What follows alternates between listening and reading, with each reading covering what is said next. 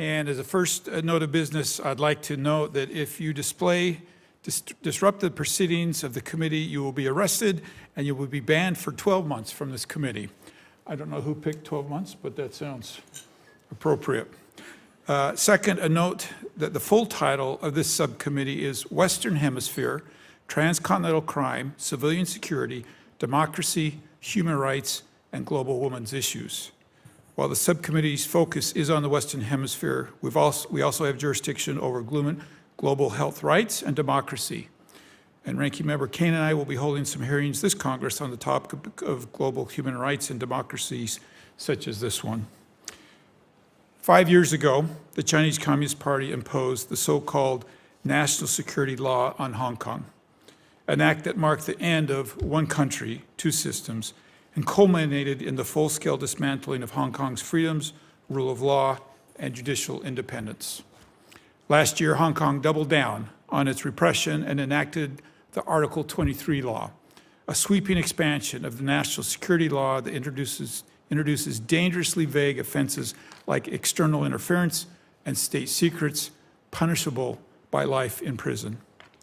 This hearing is not just about an anniversary, it's about the people whose lives have been reshaped by the loss of liberty and the warning their story sends to the rest of the world. We meet today to reaffirm a bipartisan truth. Human rights do not end where the reach of the CCP begins. The United States has a moral obligation to stand firmly with those in Hong Kong whose voices have been silenced, whose rights have been stripped, and whose future has been thrown into uncertainty by the Chinese Communist Party. In the years since 2020, I've watched as courageous Hong Kongers have been arrested, exiled, and silenced.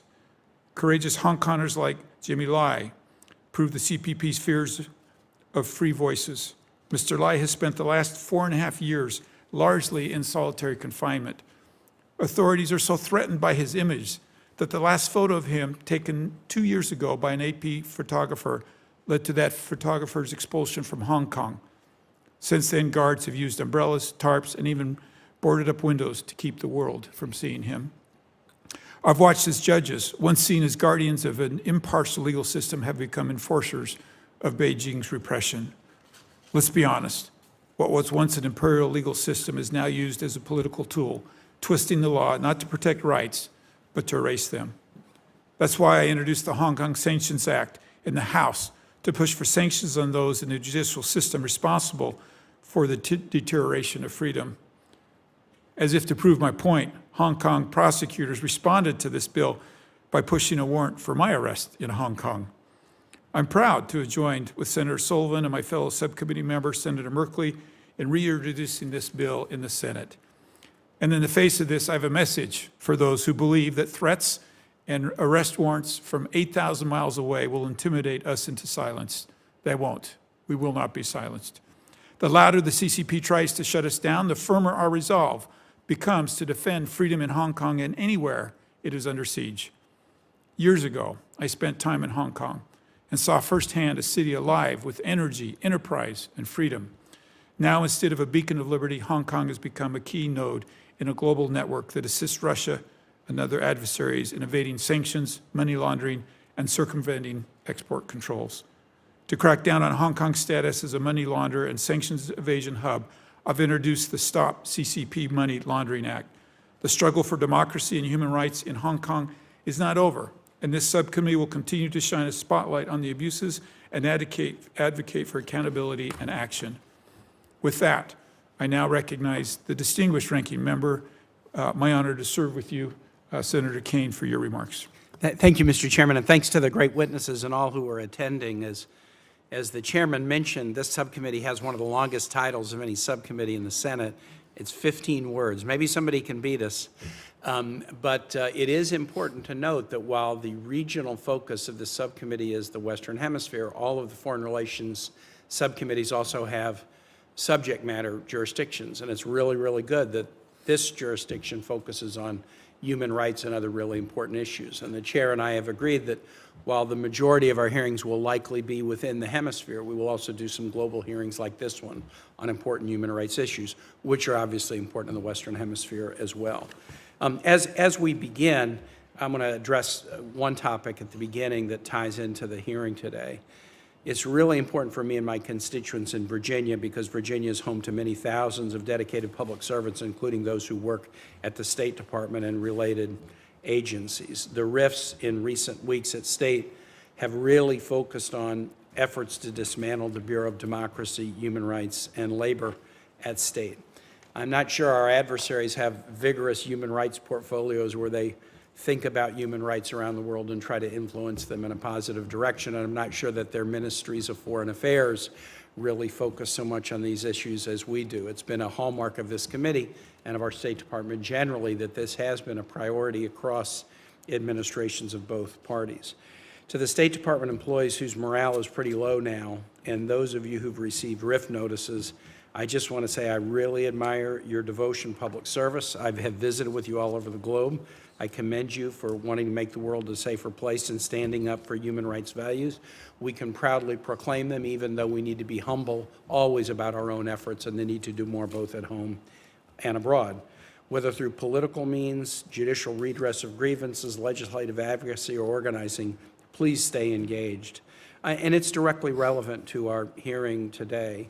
I would like to introduce, Mr. Chair, an article from June 6, 2025, the Washington Post, Chinese propaganda surges as the U.S. defunds Radio Free Asia. If I could ask that to be entered into the record. Without objection. The proposed U.S. 2026 fiscal year budget proposes to take 82% of the funding out of our global media efforts. And we need to fight disinformation in the information space. We're not only laying people off, we're hobbling those efforts. I don't think we can safely assume that we can take the State Department's pro-human rights, pro-democracy efforts and just subsume them within the regionals and have the priority be what they need to be. I also believe that the rescissions package that we passed like last week will do additional damage to this important priority. And I do think it's important for the U.S., again, with the humility about our own imperfections, to continue to stand up for folks around the world who are under the thumb of authoritarians and dictators, and you can't do that without people. All right, this is a really timely hearing, and we're going to hear from witnesses about their assessment of where democratic values and human rights stand in Hong Kong, as the chair said, 5 years after the enactment of the national security law. As you all might know, the PRC imposed this law 5 years ago on Hong Kong to clamp down on civil society following large-scale protests against a bill allowing the extradition of fugitives to mainland China, which many in Hong Kong viewed as directly in contravention with commitments that the PRC had made with respect to the status of Hong Kong and those living there. Some of the drastic impacts of implementation of the law, including a chilling effect on activists, political opposition groups, dissidents, and other civil society stakeholders. Let me give a couple of quick examples. Hong Kong National Security Police have arrested the father and brother of activist Anna Kwok for allegedly dealing with her finances. This is the first use of the city's security law to deal with the relatives of activists who have had to flee Hong Kong in fear of retaliation. Many activists, including Ms. Joyce Su, who's here today, have bounties for their capture based on spurious accusations about their human rights work being driven by collusion with foreign actors, as if people who live in Hong Kong can't have their own desire for human rights. Why would human rights have to be something that could only be ginned up by collusion with foreign actors rather than something that lives within the heart of freedom-loving people anywhere in the world? Let me be very clear. Oh, I also wanted to mention Jimmy Lai, who is still in prison, has been described by Amnesty International as a prisoner of conscience. Protesting should not be a crime. Demanding to live in a free and democratic society should not be a crime. Speaking out against authoritarianism should not be a crime.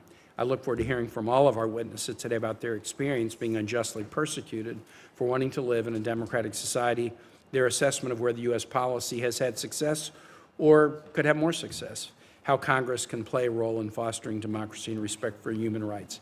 The shared values of democracy, freedom of expression, rule of law should remain at the core of our foreign policy. I know the chairman of this subcommittee believes deeply in that, and I do as well. Let me turn it back over to the chair to introduce the witnesses and then get this hearing underway. I see the vote still hasn't started, so we may be able to do a really long hearing before we have to go vote. Thank you, Senator. Thank you, Senator Kane. It is really an honor to do this work with you, and appreciate your reminder when we first met that the committee's jurisdiction was over human rights and far broader than just the Western Hemisphere. And I jumped into this so quickly, I didn't really have a chance to welcome our witnesses. I'm sorry I wasn't here to greet you before. This is a very impressive group of witnesses, and I'm pleased to have every single one of you here today. We're going to start with Olivia Enos, a senior fellow at the Hudson Institute, where she writes on a wide range of human rights and national security issues in Asia. She's also an adjunct professor at Georgetown University and a contributor at Forbes. She previously worked at as Washington's director of the Committee for Freedom in Hong Kong Foundation, and before that as a senior policy analyst for Asian Studies at the Heritage Foundation, where she wrote about international human rights issues, including human trafficking, transnational crime, religious freedom, and democratic freedoms, among other social issues in China, North Korea, Burma, and other parts of Asia. She received her MA in Asian Studies from Georgetown University and a BA in Government from Patrick Henry College. And the time is now yours. We just jumped right over it, assuming you all know how to work the buttons.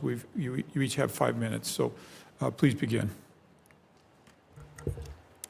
Chairman Curtis and Ranking Member Kane and other members of this subcommittee, thank you so much for inviting me to testify today. Since 2020, freedom in Hong Kong declined precipitously.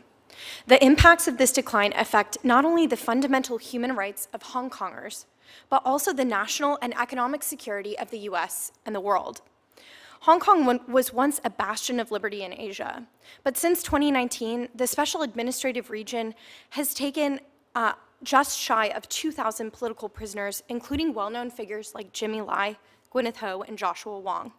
It has shuttered pro-democracy press like Apple Daily and Stand News, and engages in transnational repression through the issuance of bounties on well-known overseas pro-democracy advocates, including U.S. citizen Joey Siu, who is testifying here today, my former Committee for Freedom in Hong Kong Foundation colleague Francis Hui, and 17 other Hong Kongers in the U.S., United Kingdom, and Australia. Hong Kong's near overnight transformation is the result of the passage of the National Security Law, which created 4 new political crimes, including secession, subversion, terrorism, and collusion with foreign and external forces. The NSL was compounded by the passage of Article 23 legislation, which added an additional 5 new categories of security crimes, including treason, insurrection and sedition, theft of state secrets and espionage, external interference, and sabotage activities. Hong Kong authorities today act as an extension of the Chinese Communist Party. This is most evident in the distinct erosions in the rule of law, which have implications that extend far beyond the undermining of civil liberties and freedoms. In a groundbreaking CFHK report, Hong Kong advocate and lawyer Samuel Bickett documented evidence for Hong Kong's ongoing policies of sanctions evasion on behalf of rogue actors, including but not limited to Russia, Iran, and North Korea.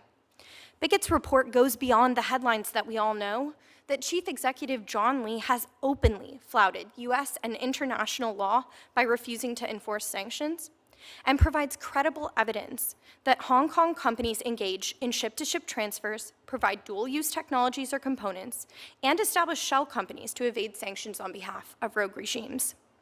Most notably, Hong Kong contributes substantially toward Russia's war of aggression against Ukraine. From August to December 2023 alone, Bickett's report found that Hong Kong provided over $2 billion in shipments of banned goods to support Russia. Hong Kong presents among the clearest examples of what happens when the U.S. does not effectively counter the CCP's threats to human rights and good governance, and America is not immune from the impacts of Hong Kong's decline. As a direct result of the CCP's undermining of rule of law, Hong Kong is now a risky place to do business. Transnational repression, including on U.S. soil, is increasing, and the rights of Hong Kongers continue to be violated. Unfortunately, Hong Kong's decline is happening amid waning commitments from the U.S. to safeguard and defend human rights. Reductions in force at the Bureau of Democracy, Human Rights, and Labor at the U.S. Department of State, planned cuts to nearly all U.S. government grants supporting human rights and democracy globally, and the targeting of Radio Free Asia, which recently shuttered its Cantonese service, hamstring U.S. ability to advance human rights in Hong Kong and beyond. These cuts are being made at precisely the same time that the CCP is threatening human rights at historic levels. This will have severe implications for U.S. national security in the present and will undercut U.S. efforts to support human rights abroad for decades to come. While it may be true that in the short term, it is unlikely that Hong Kong will revert to its previous freedom-loving, semi-autonomous state, it is inaccurate to say that there are no tools at the U.S.'s disposal to hold the CCP and Hong Kong officials accountable and alleviate the suffering of the Hong Kong people. I ask that my full testimony, which includes more than 20 policy recommendations, be submitted for the record, but I will highlight 7 policy actions now. Congress and the administration should first oppose cuts to grants and key personnel supporting democracy and human rights at the Department of State. Second, issue targeted sanctions against individuals and entities responsible for implementing, enforcing, prosecuting, and ruling on the NSL and Article 23 legislation. Third, consider whether certain entities or sets of transactions in Hong Kong can be designated as primary money laundering concerns. Fourth, continue appropriations for Radio Free Asia and press for pre-existing funds to be released so that they can continue operating and ideally restart, at the very least, the Cantonese, Uyghur, and Tibetan services. 5, press for the release of all political prisoners in Hong Kong and consider creating an Office of Political Prisoner Advocacy at the U.S. Department of State. 6, consider revoking the Hong Kong Economic and Trade Office's special privileges and immunities. And finally, continue to provide refugee and asylum safe haven to Hong Kongers in need. Thank you. Thank you. We'll now turn to Sophie Richardson, who is a longtime activist and scholar of Chinese politics, human rights, and foreign policy. From 2006 to 2023, she served as the China Director of Human Rights Watch, where she oversaw the organization's research and advocacy. She speaks Mandarin and received her doctorate from the University of Virginia and her BA from Oberlin College. Her current research focuses on the global implications of democracies, weak responses to increasingly repressive Chinese governments, and is advising several China-focused human rights organizations. Dr. Richardson.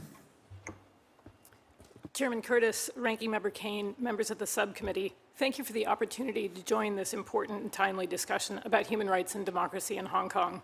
Over the past 5 years, the Chinese government has accelerated its assault on every aspect of what made Hong Kong a center for thriving civic life, free media, the rule of law, professional law enforcement, and opportunities for democratic participation. I'd like to start with our collective acknowledgement that growing authoritarianism has influenced even who can sit on this panel. Successive Congresses have expressed their concern about and solidarity with Hong Kong human rights and democracy activists, including those based inside and outside Hong Kong, by welcoming them to testify. But aggressive global threats have made such participation a gravely risky proposition. My organization, Chinese Human Rights Defenders, has documented 2 aspects of Chinese President Xi Jinping's nationwide assault on human rights that illustrate significant rollbacks of rights for Hong Kong people. First, between 2019 and 2024, according to available data, Chinese authorities arbitrarily detained and convicted 1,545 people, 123 of them in Hong Kong, for peacefully exercising or advocating for human rights. During this time period, more individuals in Hong Kong were convicted of subversion and inciting subversion than in mainland China. And the average prison sentence in Hong Kong under the 2020 national security law is more than 5 years.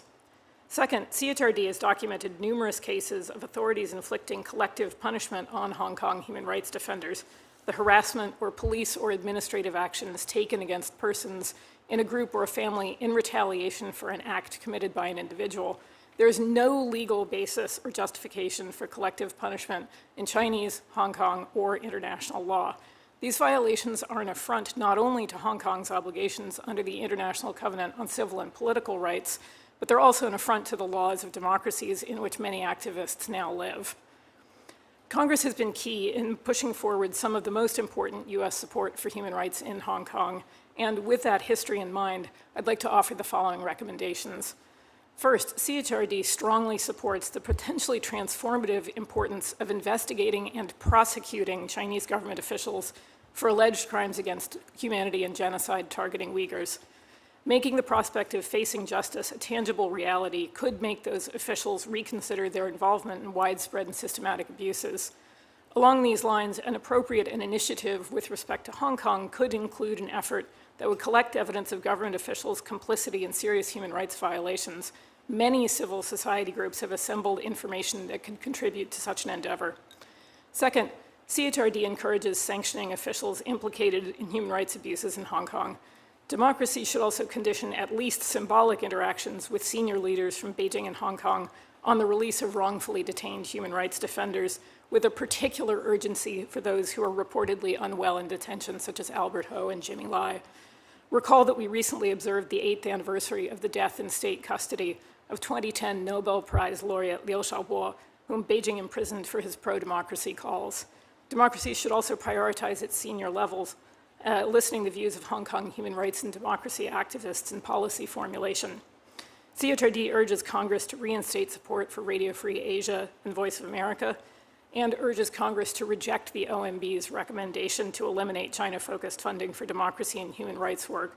To do this, to erase this work empowers Xi Jinping, disadvantages the US, and demoralizes and puts at risk many people from and across Hong Kong and China who courageously work for human rights and democracy.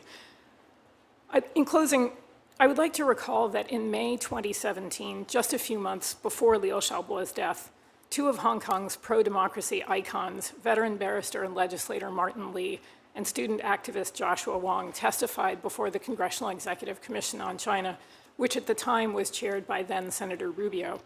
Senator Rubio stressed the importance of autonomy, free speech, and political participation in Hong Kong, noting, quote, "Our hope is to continue to highlight human rights as a key pillar of our national security and foreign policy," close quote, and stressing the connection between human rights and economic ties.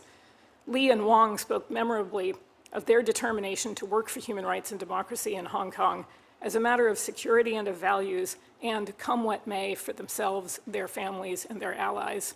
The US should honor these aspirations and so many people's extraordinary work and sacrifices, and challenge Beijing at every opportunity to uphold its obligations under international human rights law.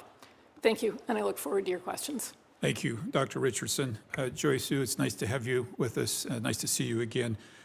Joy is the spokesperson of Amnesty International Hong Kong overseas. She also serves on the Executive Council of the World Liberty Congress, a global coalition of pro-democracy advocates. As a student leader, she played a crucial role during the 2019 pro-democracy protest in Hong Kong, organizing both on-campus and citywide demonstrations, which is when I first met her. In December 2023, the Hong Kong authorities issued an international arrest warrant for her, a US citizen, for allegedly violating the draconian national security law with her advocacy, offering a bounty of 1 million Hong Kong dollars. I might just note, too, just to note the bipartisan nature of this, our next two witnesses are here as bipartisan witnesses as well. So, Ms. Xu. Chairman Curtis, Ranking Member Kane, Senators Merkley and Shaheen, and this committee, thank you so much for having me.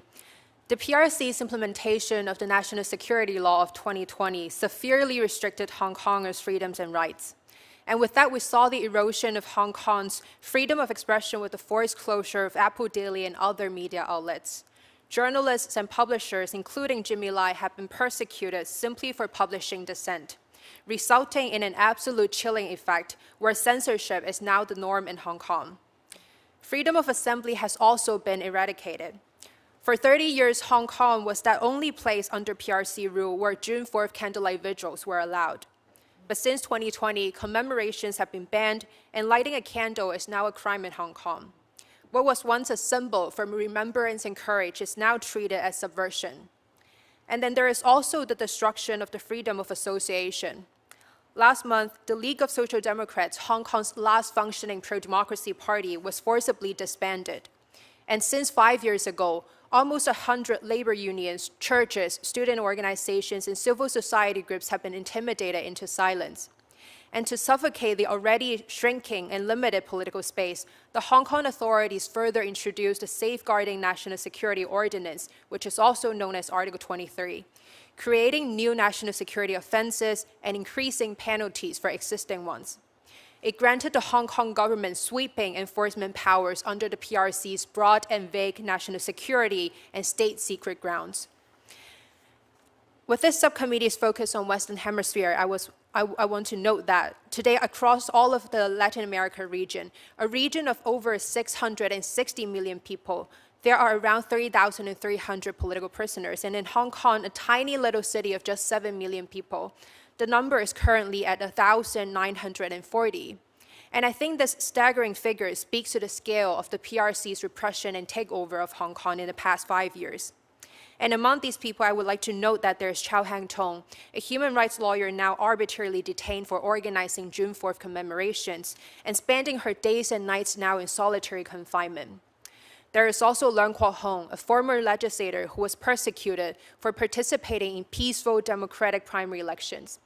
And then there are also young leaders like myself, including my friend Owen Chow, a freshly graduated nurse who was once the city's brightest rising political star, is now serving 12 years and 10 months in prison solely for being a voice of the Hong Kong people. And unfortunately, all sign indicates that there is something darker ahead for Hong Kong. The court system in Hong Kong now seeks total isolation of dissidents rather than just arrest and prosecution. Just last week, the Hong Kong government tightened the prison rules to restrict lawyer and chaplain visits on vague national security grounds, cutting these detainees off from legal counsel even before conviction. This black box for potential torture and inhumane treatment profoundly undermines the presumption of innocence and weaponizes incarceration as a psychological warfare. I would also like to note that the judiciary in Hong Kong right now is also exploited as a vehicle for persecution, delivering preordained convictions with legal definitions that are manipulated and expanded endlessly to fit the PRC's agenda, waging a legal warfare that criminalizes not just speech and behavior, but also thought. The government's campaign against the so-called soft resistance inside of Hong Kong is the latest iteration of this effort, where a blank piece of paper or a silent gesture are all considered national security threats that can land you in prison for up to 10 years or for life. And the national security apparatus continues to expand beyond the democracy and human rights scope, with new economic security mandates leading to business surveillance and censorship. Cultural correctness campaigns now regulate art, literature, films, productions, and even school curricula in Hong Kong. And unfortunately, what is more is that the PRC's takeover of Hong Kong does not stop at the borders. As the chairman mentioned, on December 13, 2023, I woke up to the news that I had become the first and by far the only U.S. citizen wanted by the Hong Kong authorities for allegedly violating the national security law by colluding with a foreign country, the United States, my own country, and with a 1 million Hong Kong dollar bounty out there for my arrest. This growing transnational repression against me and the overall crackdown of Hong Kong, I think both illustrate the PRC's blueprint for its export of authoritarian practices. And if we, the United States, allow it to destroy Hong Kong without consequences, it will soon spill over to Taiwan, the Indo-Pacific, and Latin America. And the United States must respond with moral clarity and strategic commitment by first prioritizing human rights as a core U.S. foreign policy principle. Second, to continue to press for the immediate release of all Hong Kong's prisoners of conscience, specifically Caoilfhionn, Jimmy Lai, Leung Kwok-hong, and Owen Chow. Third, to sustain and increase federal funding for organizations that support Hong Kong's resistance, including but not limited to the National Endowment for Democracy, Radio Free Asia, among others. And last but not least, to guarantee humanitarian resettlement pathways for Hong Kongers, because these brave voices and people deserve a safe haven to tell stories that alarm the world of the PRC's aggressions. And with that, I want to end with a quote from Owen, my dear friend. Evil always wreaks more havoc when the forces of good have been weakened. So let us latch onto the good and hold fast. And once again, I want to thank you for your attention on this important matter and for being that force of good. Thank you. Thank you, Ms. Su. I'm not sure how to take it that my arrest warrant came with no bounty and yours was $1 million. I think that tells us a little bit about your work. Finally, Caoilfhionn Gallagher is an international human rights lawyer. Over the past 25 years, she has acted in many leading human rights cases in the UK, Europe, and internationally. Her caseload includes leading the international legal terms for Jimmy Lai, the publisher and pro-democracy campaigner unjustly imprisoned in Hong Kong. Alongside her practice as a barrister, she is a commissioner of the Irish Human Rights and Equality Commission, Ireland's special reporter on child protection, a board member of the Committee to Protect Journalists, a fellow of the Royal Society of Arts, and an adjunct full professor at University College Dublin. In 2023, she was awarded the President of Ireland's Distinguished Service Award in recognition of her work. We're glad to have you with us today, and you now have 5 minutes. Thank you, Chairman Curtis and Ranking Member Kane and members of the subcommittee for inviting me to give testimony today about this important topic, the status of democracy and human rights in Hong Kong. And that topic and the fate of one man are inextricably linked, and my client, Jimmy Lai, about whom you've heard from the other witnesses. Jimmy Lai's case is emblematic of the crackdown on human rights, media freedom and democracy in Hong Kong that we've seen in the past half-decade. Now, as you've heard, Hong Kong was until relatively recently a beacon in the region, a bastion of the free press, a place with a flourishing civil society, adherence to international standards, the rule of law was intact, businesses and foreign investment benefited from this stable and certain environment. But Hong Kong's descent into a very different place has been precipitous. It has plummeted down the press freedom rankings. For example, it's tumbled from 18th in the world a decade ago to now languishing at the bottom of the league table in the red zone, 140 out of 180 countries in the world. It's nestled in the table most recently with Kazakhstan and Rwanda, beaten by Guatemala and Congo. Now, in these brief opening remarks, I wish to address three topics. First, a very brief overview on Jimmy Lai and what he stands for, with the man being emblematic of Hong Kong's freedoms, which we've seen lost. Secondly, a brief overview of what's happened to him in the past 5 years, emblematic of Hong Kong's deterioration. And then thirdly and critically, what must be done. So first of all, very briefly, and there's more detail in my written testimony, Jimmy Lai is a remarkable man, brave, brilliant, dogged, forged in fires, as his deputy and right-hand man, Mark Simon, who sits here today, often says.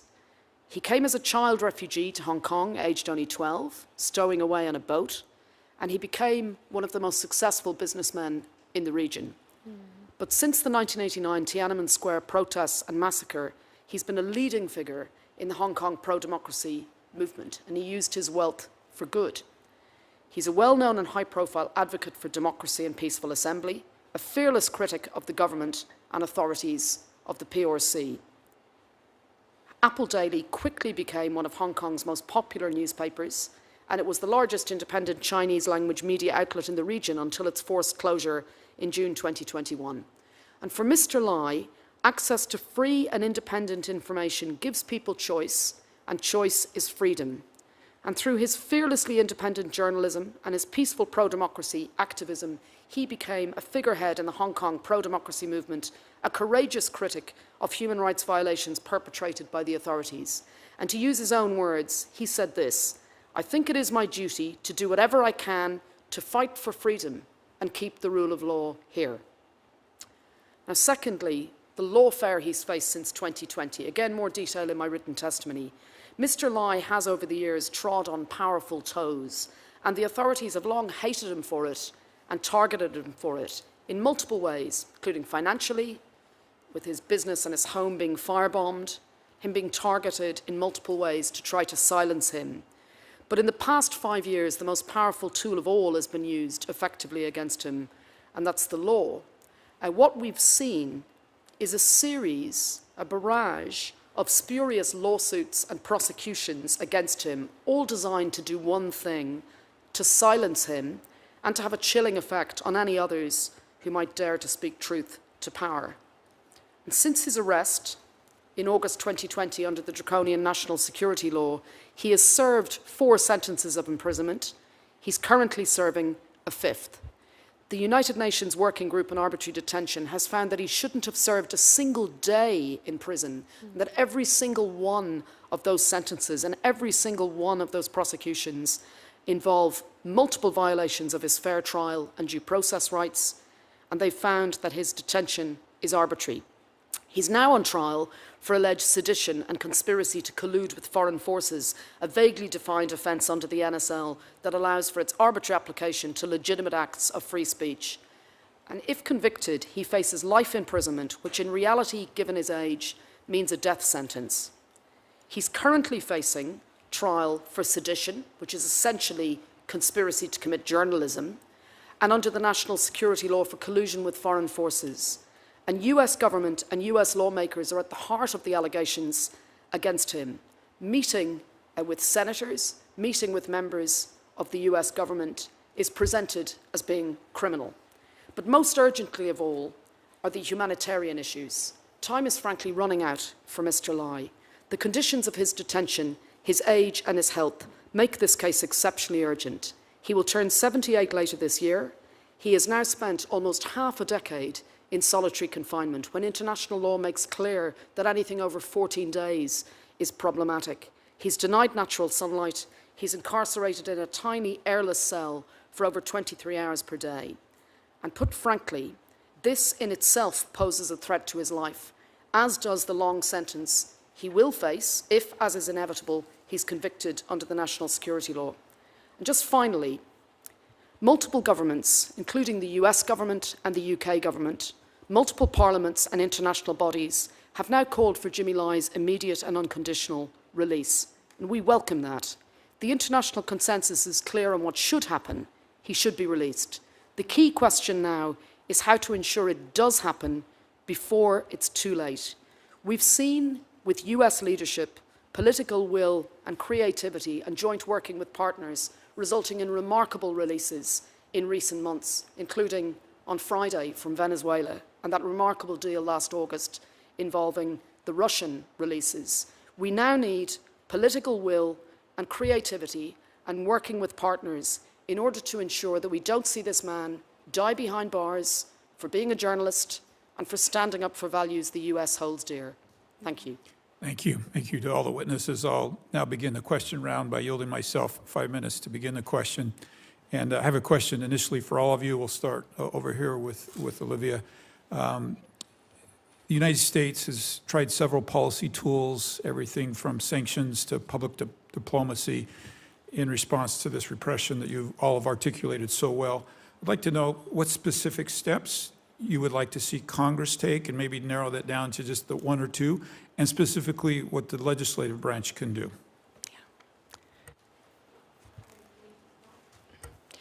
Thank you.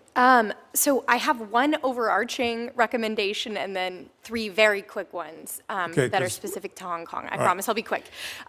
The first is we just have to continue to support funding and grants and the continuation of DRL's good work because apart from it, there are many organizations that will be shut down who are essential to maintaining the continuation of solid work on Hong Kong, but on China generally. And without those grants, many of them will close even as soon as the end of the summer, some for sure by the end of the year. My three Hong Kong specific ones is first, I would love to see a primary money laundering concern designation issued for Hong Kong. Congress can hold the administration's feet to the fire by putting them on a specific timeline or reporting requirement, asking them to investigate whether certain entities or sets of transactions qualify as a primary money laundering concern. This is so important because it's a cross-cutting measure. It speaks to the fact that rule of law is undermined and that business as usual is not, it is not business as usual. The second is to press for the release of all political prisoners in Hong Kong. We have to be doing that daily. Members of Congress can adopt political prisoners. They should do so for Hong Kongers. And then the third is to ensure the extension of deferred enforced departure for Hong Kongers past its original deadline, but also to ensure long-term permanent pathways for resettlement. Sorry. Ms. Xu?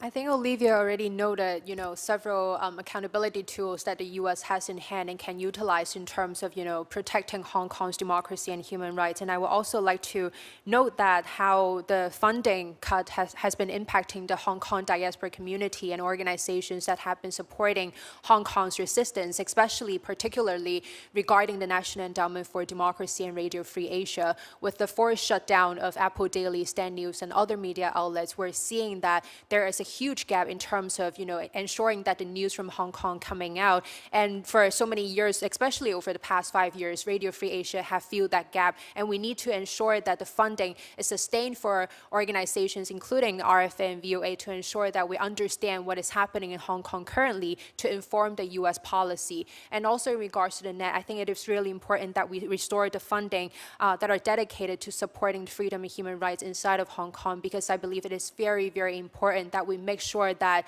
we're not just supporting the on-the-ground resistance verbally, but then also through meaningful, contributions. So I would say that was the number one priority. And secondly, I think there are also several legislations currently in the Congress that we should be passing, including the Hong Kong Economic and Trade Office Certification Act, which I know that the chairman also supports.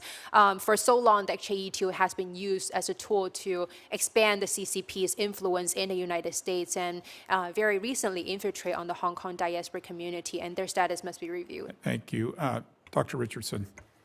Very quickly, I think Congress should start considering requiring U.S. businesses to conduct human rights due diligence on their operations in Hong Kong to make sure that they are not creating or contributing to violations. I think this both helps make sure that the ICCPR and other laws are upheld. I think it also would help end the mixed messaging that results from seeing U.S. businesses showing up and working with precisely some of the same people who are responsible for carrying out human rights violations. Thank you. And am I going to pronounce it right, Keelan?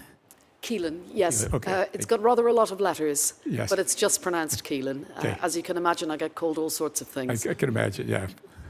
So I just raise a few things. The first thing is to say China is, of course, not unusual in targeting dissidents, journalists, those who speak truth to power. But something which is a little different with Hong Kong is that fig leaf of due process, the fact that it's essentially a police state, but trying to masquerade still as a place where you can do business as usual. It's trying to still masquerade as a place which is a financial centre. And indeed, just recently they've announced a new international court where they want to challenge the International Court of Justice and have their own form of court there. So they do want to maintain that fiction of one country, two systems. And seems to me that that gives us real leverage, because we know it's in their policy interests to have Hong Kong return to being a place where the rule of law is intact. So highlighting the false narrative in the way that this hearing is doing is hugely helpful, is the first thing I would say. Second thing I would say... All right, just quickly, I'm over time, but go Of ahead. course. I think my colleagues will give me just a minute grace. Of course. Second thing I would say is it seems to us that the US and UK governments working together should be key to securing Jimmy Lai's release. He's a British national, but his case is intimately connected with the US in many ways. And for senators in particular, we would ask that in your interaction with the State Department and NSC staff in the coming months, given that there's just been coverage suggesting that there may be some high-level engagements at APEC, towards the end of October, and also potentially even a high-level visit to China. It's essential that the release of Jimmy Lai is raised in all of the preparatory meetings before any high-level engagement, and it should be front and centre of the agenda in the coming months. Thank you. All wonderful answers. I made it through one of my many pages, one question of my many pages. I would like to point out before I pass the microphone, that, and I was going to ask you all about this, but I think you'd agree, if we don't pass any new Hong Kong measures this Congress, there is a risk that that's interpreted by the CPP as silent. That silence is that we're accepting what's happening over there. I'd just like to point that out. And with that, I yield and give 5 minutes to the ranking member. Thank you, Mr. Chair. And just on the Jimmy Lai, I just want to acknowledge Senator Risch, the chair of the committee, has also been pretty active with many of us in repeated statements on behalf of Jimmy Lai, and I know that will continue. Ms. Su, you've testified here before, and so you know that people in the room and people watching are a mixture of experts in the topic who care deeply about it and people who are coming to the topic new and who care deeply about it. So I'm going to ask you a very basic question. Why is the CCP afraid of you? You're a 26-year-old who started your advocacy when you were about 17 or 18. Why would they be afraid enough of you to put $1 million yuan bounty on your head? I think that's because I create troubles. I've been doing that since I became a student activist in 2019, and unfortunately, I think my personal stories mirrors one of, Hong Kongers' overall resistance. I met the Chairman Curtis, back in 2019 when I was a student activist organizing citywide protests and, demonstrations on campus. That was also when Hong Kongers, in a small city of only 7 million people, as I noted, 2 million took onto the streets to say no to the CCP's oppressions. And following that, the CCP has, doubled down on its crackdowns on our freedoms to assembly, expression, and association. And by trouble, you mean assembly, Yeah. which we are guaranteed in this country, the right to peacefully assemble to petition government for redress of grievances, expression, protest. I don't view peaceful activity as trouble, but apparently some do. Is that right?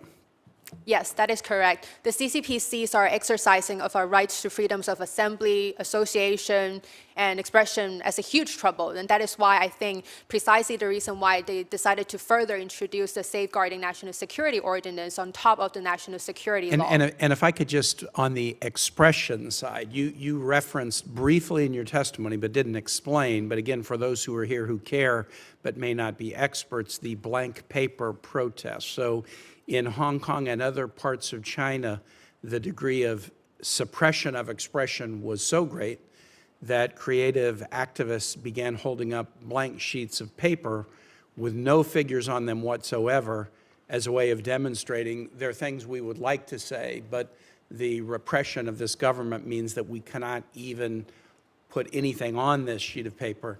And then the Chinese government has cracked down on the use of blank sheets of paper. Am I right about that? You're correct. And they've not only cracked down on it, but they've scrubbed social media accounts because Chinese citizens were searching blank sheet of paper, wonder what this is all about, and there has been a crackdown on the availability of even that search for Chinese citizens to find out what a blank sheet of paper means.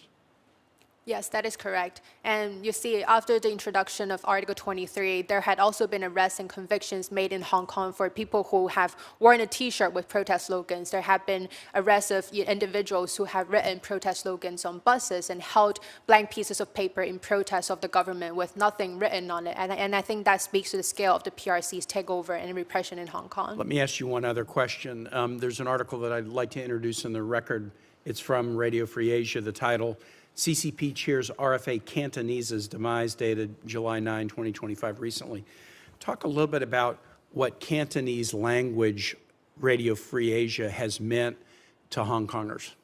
As I said, Senator Kaine, for the past 5 years, especially following the closure of Apple Daily and Stand News, RFA has become one of the few sources that kept on reporting about what has been developing inside of Hong Kong with Article 23 and the National Security Law. It was not just a source for Hong Kongers outside of Hong Kong or the international community to understand what the PRC is doing inside of Hong Kong, but also a source for people who are on the ground to understand what is happening, given that the PRC have revoked visas for international journalists and shut down other media outlets reporting on court news and everything else. And I cannot stress enough how important the Cantonese service of RFA has been to the people of Hong Kong. And just last month, the month before RFA's forced shutdown due to the funding cuts, they have reached 1.2 million people, readers online. And I think that speaks to the importance of RFA. With that, I'll yield the remainder of my time back. Thank you. I'd like to recognize the senator from New Hampshire for 5 minutes. Thank you, Mr. Chairman. Thank you all for being here. Last week, the minority members of the Senate Foreign Relations Committee, the entire committee, released a report that highlights how the Trump administration's actions in the first 6 months in office have undermined our ability to compete with China. This is the report. If you haven't already seen it, I would offer it for anyone's interest. A clear example of this is the one you were just referring to, Ms. Slew, with Senator Kaine, and that is the administration silencing our voice in Hong Kong through Radio Free Asia. Since Hong Kong's handover to China in 1998, Radio Free Asia, as you pointed out so well, has served as a beacon of independent media. The administration's decision to withhold congressionally appropriated funds resulted in the closure of Radio Free Asia's Cantonese operations exactly 5 years since the enactment of the draconian national security law. And what I think is significant, and you alluded to this, is that Chinese officials celebrated this news, calling it, and I quote, a huge victory for real Asian journalism. So, Ms. Liu, you talked about what the consequences are of abandoning this independent media in Hong Kong. Can you and any other members of the panel also talk about how the PRC is taking advantage of that closure? Sure. Thank you, Senator Shaheen, for the question, and I will try to be quick about that. With the shutdown of RFA on July 1st, unfortunately, there is, little to no independent media that is still operating in Hong Kong that can actually report about the on-the-ground developments. And unfortunately, that created a huge gap, which is filled by Chinese state-affiliated media, such as Tai Kung Pao, TVB, et cetera, et cetera. And I think that also creates this huge information gap that really does not help when it comes to informing U.S. policy in regards to Hong Kong. So I do think it is so important that we resume the funding so that the Cantonese service, and as well as my panelist, Olivia has mentioned, the Tibetan and Uyghur service, because those have been, really the beacon of, democracy and independent media voices. So I will stop there and then yield to my.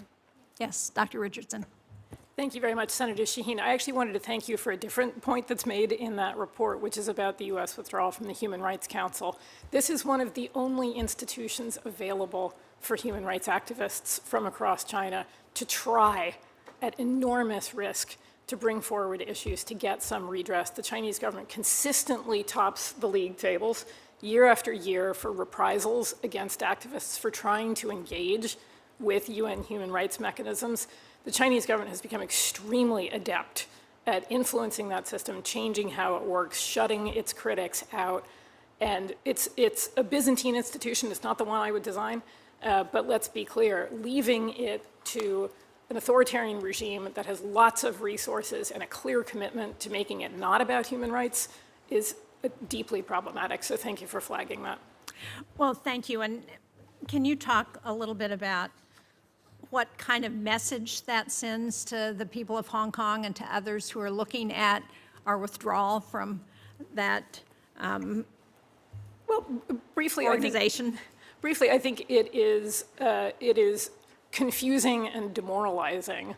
I think it's already extremely difficult for Chinese activists and activists from Hong Kong to interact with that system and to not necessarily have the leadership and the air cover, so to speak, that democratic governments can bring to bear in keeping those institutions open for their participation, pushing to make sure that they're admitted, that events reflect their views, that their reports are contributed, that their voices are heard. That's an incredibly, I assume you would agree, an incredibly important part of how activists can bring their issues forward. Thank you. And if I may just add, Senator Shaheen, I think there is a widespread confusion among the Hong Kong people who are still resisting on the ground as in why we're conceding the space, this very, very important narrative space to the Chinese Communist Party. And I do think there is also huge concern shared by the Hong Konger community as in who is going to take over that gap that is being left out by the forced closure of Cantonese service under RFA. And we all know that that is going to be the CCP. Thank you. Ms. Enos, did you want to I just wanted to add that the CCP is already overtaking the shortwave frequencies that Radio Free Asia used, and that's not just in the Chinese context. I also work on Korea, and this is happening in the North Korean context as well. And I think that what is happening with Radio Free Asia is a microcosm of the broader challenge that we're having what the U.S. says, we're going to leave human rights promotion and democracy promotion up to other people around the world who don't share our same values. And I would also just note that one of the most important things that Congress can do on this is to ensure that Radio Free Asia has a separate line item, not underneath the USAGM auspices, but a separate line item for appropriations that make it possible for Radio Free Asia to be depoliticized in the current context.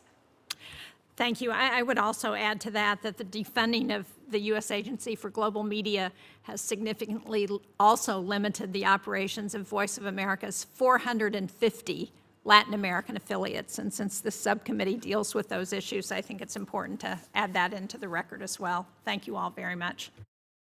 Thank you. I'd like to yield to the senator from Florida for 5 minutes. Thank you, Chairman. Well, first, thanks each of you for being here. Thank you for what you do each and every day. Anyone who pays attention to the evils of the Chinese Communist Party knows the name Jimmy Lai. Jimmy is a great advocate for free press and a hardworking entrepreneur who is being held as a political prisoner in Hong Kong because he didn't cower to Xi Jinping or censor the atrocities he committed. What the Chinese Communist Party is doing to him is disgusting. And let's be clear, Xi Jinping and his thugs are responsible for this abusive treatment of Mr. Lai, not the government of Hong Kong, which is nothing more than a puppet of Beijing. Jimmy's a friend. It's an honor to speak on his behalf and do whatever I can to help return him to freedom. To each of you, what can be done to help Jimmy Lai and other political prisoners? However you want to start. I think that Jimmy Lai is, such an important figure because he represents, as you said, freedom in general. I think there are several things that Congress can do and several things that the administration can do. First, it was encouraging to see that Jimmy has been adopted by a member of Congress. That's an important move. But I think that beyond this, it would be great to see State Department expanding its ability to prioritize political prisoner release at the executive branch level. I advocated in my Hudson Institute report, which I published last December, for the creation of an Office of Political Prisoner Advocacy that would augment the work of the Special Envoy for Hostage Affairs and make it so that it is squarely within the U.S.'s realm to be able to not only advocate for U.S. Hostages abroad, but also for individuals like Jimmy Lai, who are not American citizens, but who are equally worthy of our best efforts. Thank you. Ms. Hu, how you guys want to go? First of all, Senator Scott, may I thank you for your very powerful advocacy for Jimmy Lai. He's extremely lucky to have you in his corner. We're very grateful for everything that you've done in relation to his case. I agree entirely with the remarks that you've made about Jimmy Lai and the importance of his case. And there is such urgency to his case now, given his state of health. And just to put that very starkly in context, there's a very strong evidence base showing that there is a much elevated risk of death in circumstances where you have elderly prisoners who are held on solitary confinement. That is elevated further when you have an elderly prisoner who's diabetic. Right, with no sunlight. With no sunlight, that's right. With no sunlight, limited fresh air, very limited, meaningful human interaction. So in any circumstances, regardless of the conditions, there's an elevated risk of death when you have someone held in solitary confinement for that length of time. International law is clear that once you hit 15 days, that's problematic. He's been held in solitary confinement for over 1,600 days. That's what we're dealing with since December 2020. So there's an elevated risk of death in any event. And because of his age and his state of health, that is a very real risk. Now, it seems to us that it is simply not in China's interests for Jimmy Lai to die in prison. You heard the name Liu Xiaobo earlier. It seems to us that if, as the Chinese Communist Party repeatedly say, they consider Jimmy Lai to be a notorious anti-China element and to be a risk to national security and so on, turning him into a martyr doesn't seem to be in their own interests either. We think there's a critical moment coming up now because as more focus is turning to US and UK relationships with China, it seems to us it's essential that Jimmy Lai's case is resolved before any talk of normalization or closer relations with China progresses. Our view is that Mr. Lai must be released before China is taken seriously as a credible negotiating partner, and we need to start seeing conditionality and consequences to engagement with China while Mr. Lai remains behind bars. Thank you. Senator Scott, thank you for your attention to this very, very important measure. I know that you were in Hong Kong in 2019, so I think your experience with Hong Kong also reflects the PRC's takeover. In regards to Jimmy Lai, I think in my opening remarks, I mentioned two recommendations. One is to prioritize human rights as a core U.S. foreign policy principle, and secondly, for the U.S. to urge for the release of Hong Kong's prisoners of conscience, including Jimmy Lai, Chow Hang-tung, Leung Kwok-hong, and Owen Chow. And I think it is a very, very crucial moment that we mention these names in every conversations that we are having with the PRC, including in regards to AI and trade. I think it's so crucial that we continue putting that pressure from the Congress and from the executive branch in regards to call for the release of Jimmy Lai and then the others.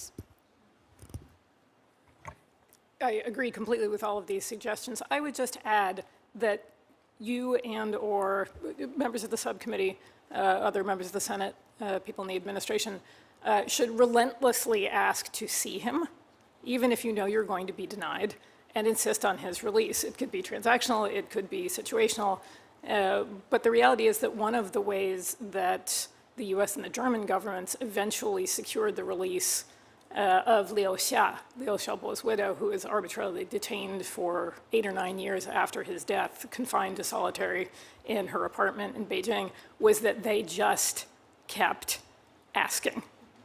Angela Merkel just kept asking. Every single time she saw Xi Jinping, she just said, "You have to let her go. You have to let her go."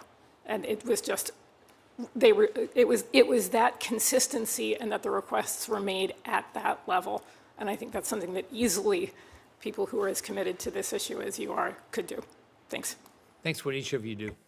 Thank you, Chairman. Thank you. Senator Scott, I'd like to yield 5 minutes to the senator from Oregon. Thank you very much, Mr. Chair, and thank you for putting this hearing together.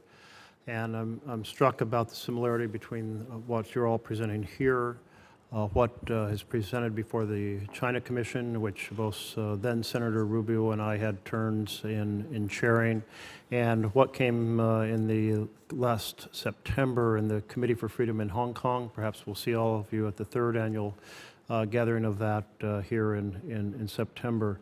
And some of the things you mentioned just continues to strike a chord. Ms. Su, that lighting a candle is a crime. That suggests how dramatically Hong Kong has changed. And Ms. Richardson, your support for investigating crimes against humanity that China is involved in, including against the Uyghurs, and I co-wrote the Uyghur Forced Labor Prevention Act. I would like to see other countries adopt a similar presumed assumption that things that are made in certain areas of China have been made with slave labor. We have a safe harbor for companies can prove that it's not, but it's really, I think, the only effective answer, and only America's taken it. So we see goods rejected here shipped to Canada, which is unacceptable. Ms. Enos, your 21 recommendations. And Ms. Gallagher, your fierce conversation about the inhumanity of the way that Mr. Lai has been treated. His son, Sebastian, has come up here repeatedly, and along with others, to keep making that case. There are 2 bills that this committee, and I think, Mr. Chairman, you mentioned in your opening remarks, so I wasn't here. Well, the Hong Kong Judicial Sanctions Act, with Senator Sullivan and Curtis and myself for leading it, mandate sanctions on Hong Kong judicial officials complicit in human rights abuses. Do any of you support that, getting that done? I see nodding heads across the board. The second is the Stop CCP Money Laundering Act. Senator Curtis and I are co-leading that. And one of you mentioned money laundering as a significant factor. Does anyone see any reason not to proceed with getting that passed?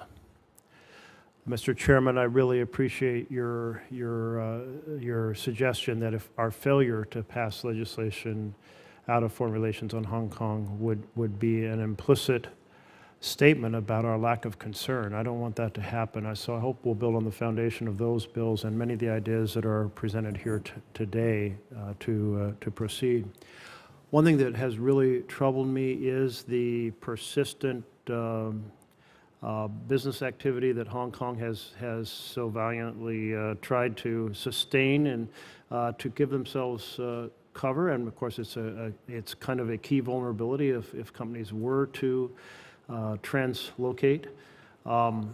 Is there any sort of strategy in the works to try to move the financial operations, firms that participate, and say it's really unacceptable to be locating and contributing to what China has done in Hong Kong? Ms. Enos? it's not business as usual in Hong Kong, and we all know this here, but I think many businesses would prefer to look the other way. We have to make it so that they can't look the other way. And this is a huge part of the reason why I have long advocated for a primary laundering, money laundering concern designation, especially for subsets of transactions or specific institutions, because that has the potential to shift risk. And we know this because a primary money laundering concern designation was used against North Korea, and the banks said, oh my goodness, we're not going to touch Banco Delta Asia once it had that primary money laundering concern designation issued. We need to start doing that for Hong Kong because businesses are continuing to buy the propaganda from John Lee and others that Hong Kong is just fine. But we know that they are actively supporting Russia's war of aggression against Ukraine, that they're actively supporting other rogue actors like Iran and North Korea. And we know this because of a fabulous report that Sam Bickett did called Beneath the Harbor, which I would encourage, if it's possible, to submit that entire report to the record, if it's possible. Mr. Chairman, we ask that the report be submitted for the record. Without objection. Thank you. Anybody else like to weigh in on this? Thank you. Yes, just in relation to business, Senator Merkley, it's very important to say, I briefly referred to what happened to Apple Daily. And what's happened with Apple Daily is state-sponsored theft of a hugely successful business. So as well as being, of course, a real blow to press freedom, it's also a real cautionary tale for the over 1,300 US businesses which currently operate in Hong Kong, the 84,000 US citizens currently based in Hong Kong, because so vaguely defined are the offences under the national security law that anyone who's operating in that environment is at real risk.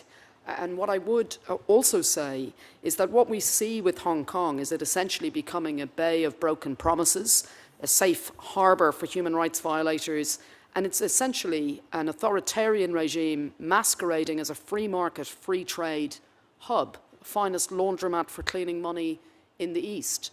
And I'm always struck by those very powerful words which former Congressman Mike Gallagher used, where he described golden blindfolds being worn by individuals staring out the windows of their glass offices onto Victoria Harbour. And I think it's really critical because we know how important it is to Hong Kong and to China to have Hong Kong seen as a place where it's safe to do business. And we must keep calling out the fact that in its current guise, it is not a safe place to do business. And could I also ask that we read into the record, there's a very powerful piece which was recently written by the Committee to Protect Journalists on why what's happening under the national security law in eroding press freedom is also bad for business. It's from the 30th of June, and they pointed out that actually Hong Kong's economic boom happened because journalists could work without interference, and that what you now have is fading financial appeal in part because of Hong Kong trying to continue being seen as an international financial centre in circumstances where it has such gross restrictions on information and such a crackdown on press freedom. So it's bad for press freedom, it's also bad for business. Mr. Chairman, can we put that report in the record? And could I follow up one point here? I know I'm over time. So as we think about the manufacturing that goes on with the Uyghurs in China, we're able to say to companies, consider moving to Vietnam. Not that their human rights record is perfect, but we're continuing to work closely with Vietnam and hopefully to see a much better situation there than with the Uyghurs, or other places in Asia that have the potential for the same sort of manufacturing.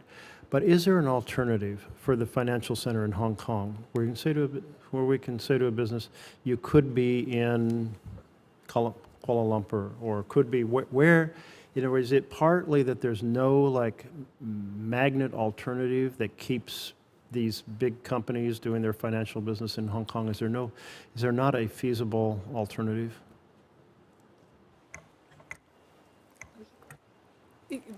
I'll try to answer both those questions. Olivia will do a better job on the alternative location question.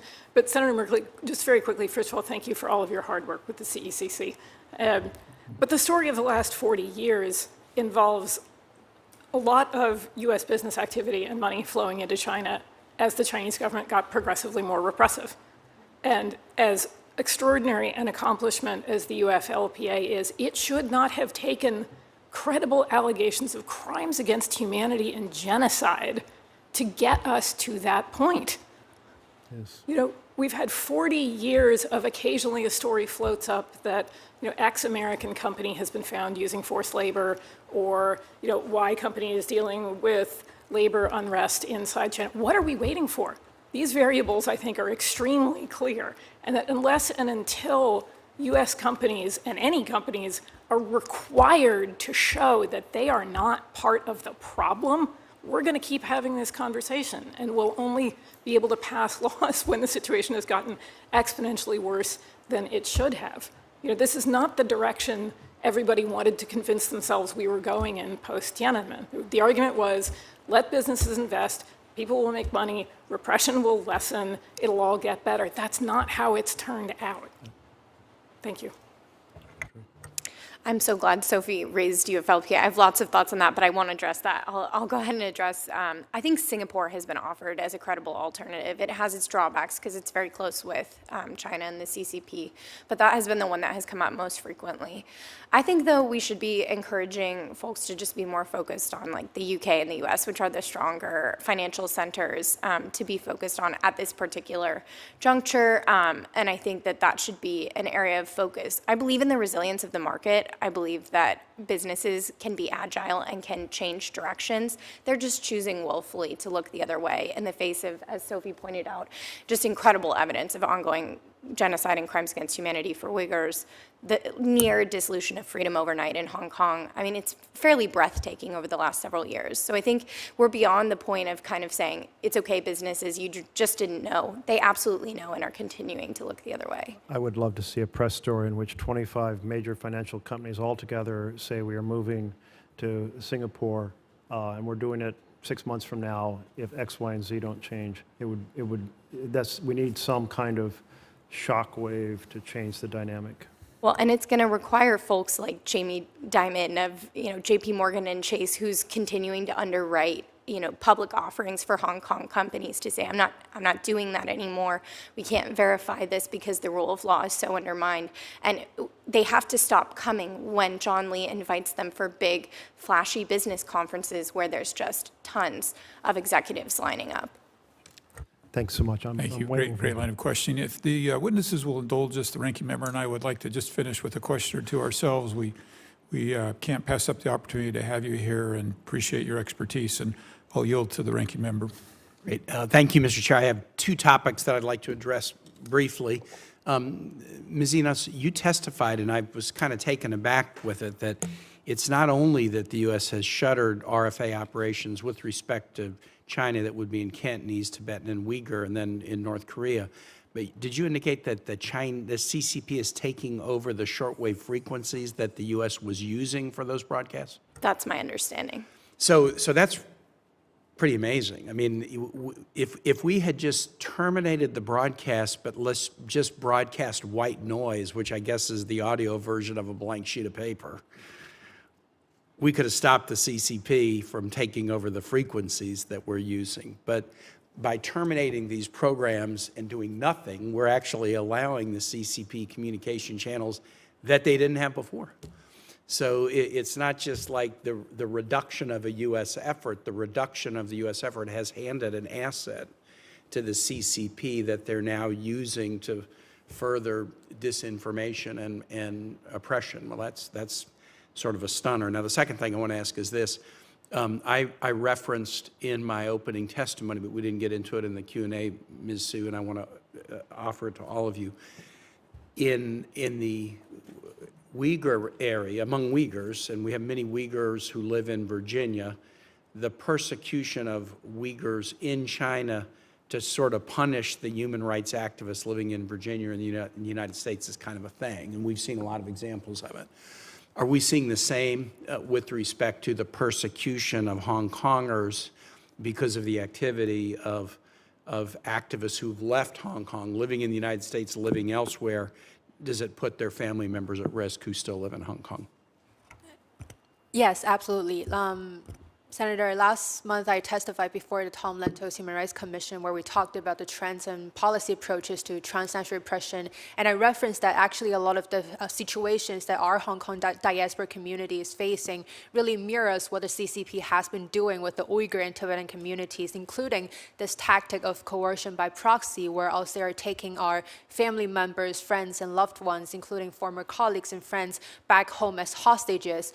We have had cases of, Uyghur Americans in the Virginia area, their family members calling from mainland China, from East Turkestan, which is controlled by the PRC, asking their family members overseas to stop speaking about the Uyghur genocide, or else their family members are going to be taken to concentration camps. And we're seeing very similar tactics being employed against the Hong Kong community right now, where our family members and friends are constantly taken into interrogation, being asked by the police about our activities here in the United States. We've also had cases mentioned in the very beginning about Anna Kwok's father and brother being taken into interrogation and charged for having contact with her. I think that all illustrates the trends of transnational repression against the Hong Kong community as going towards the direction of what the Uyghur community has experienced. And unfortunately, that includes myself.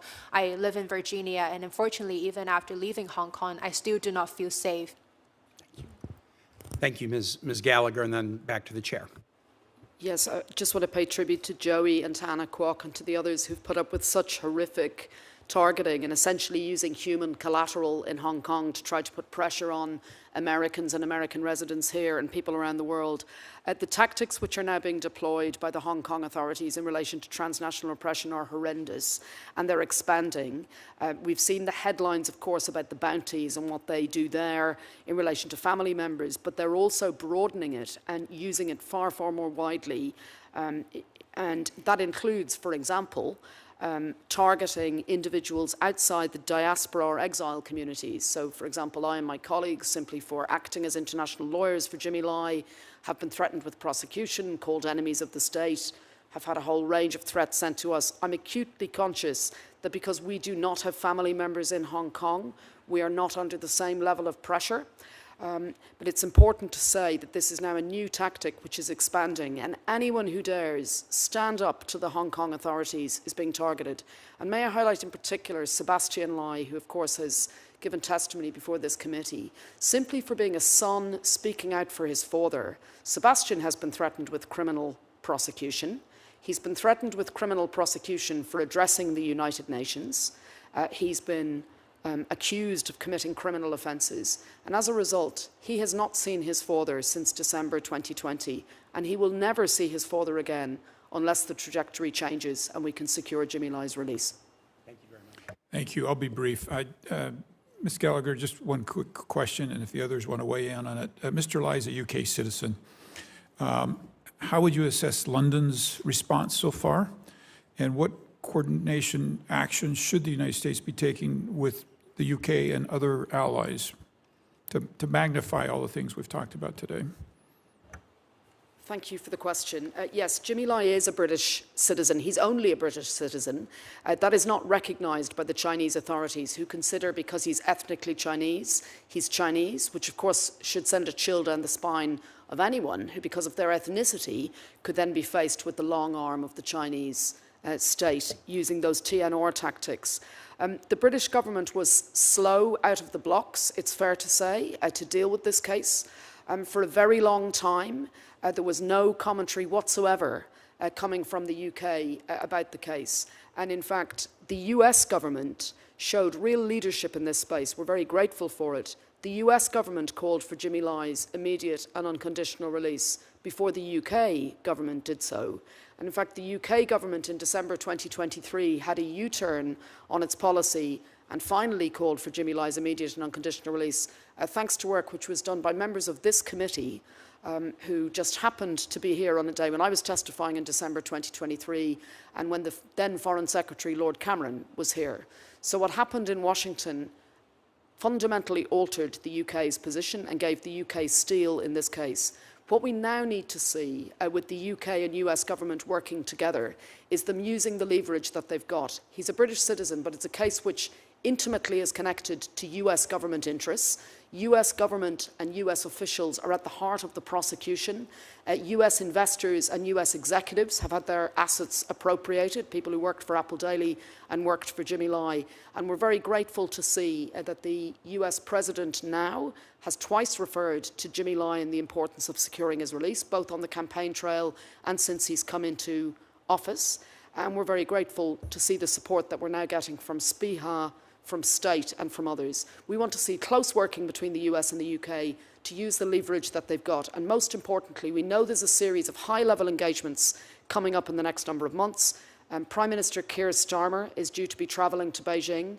Our view is that Prime Minister Keir Starmer should not travel to Beijing unless he sets as a condition that he will not go unless and until Jimmy Lai, a British citizen, is freed.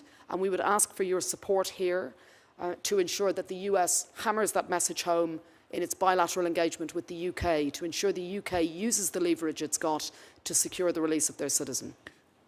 Very well spoken. We're close to time, but if you, Dr. Richardson, go ahead. Sure. I'm sure you're familiar with the phrase, nature abhors a vacuum.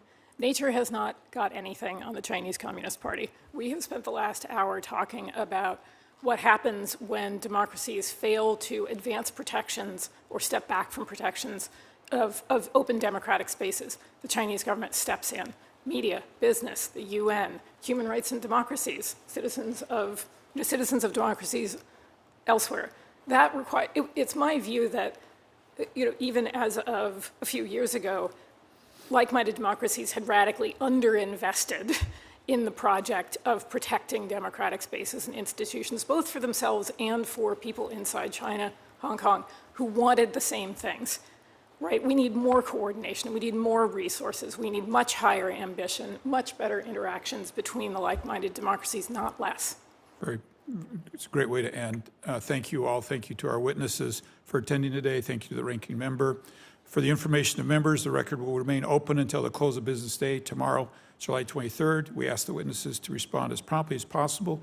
Your responses will also be made part of the record. With that, I thank the committee, and we stand adjourned.